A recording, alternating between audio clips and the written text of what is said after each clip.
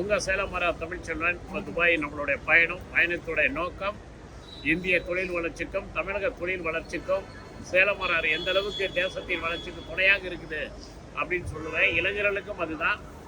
எந்த இடத்துலேருந்து எந்த இடத்துல தொழில் வளர்ச்சிக்கு நம்ம கொண்டு வந்திருக்கிறோம் சேலமராரை.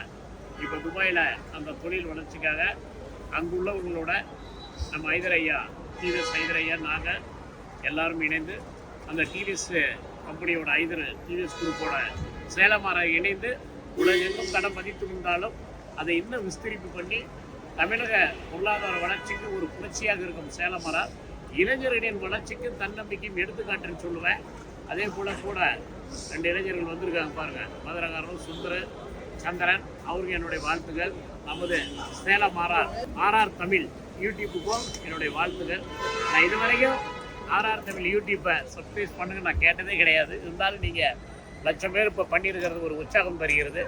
அது மிகப்பெரிய பணியில் இருக்கும்.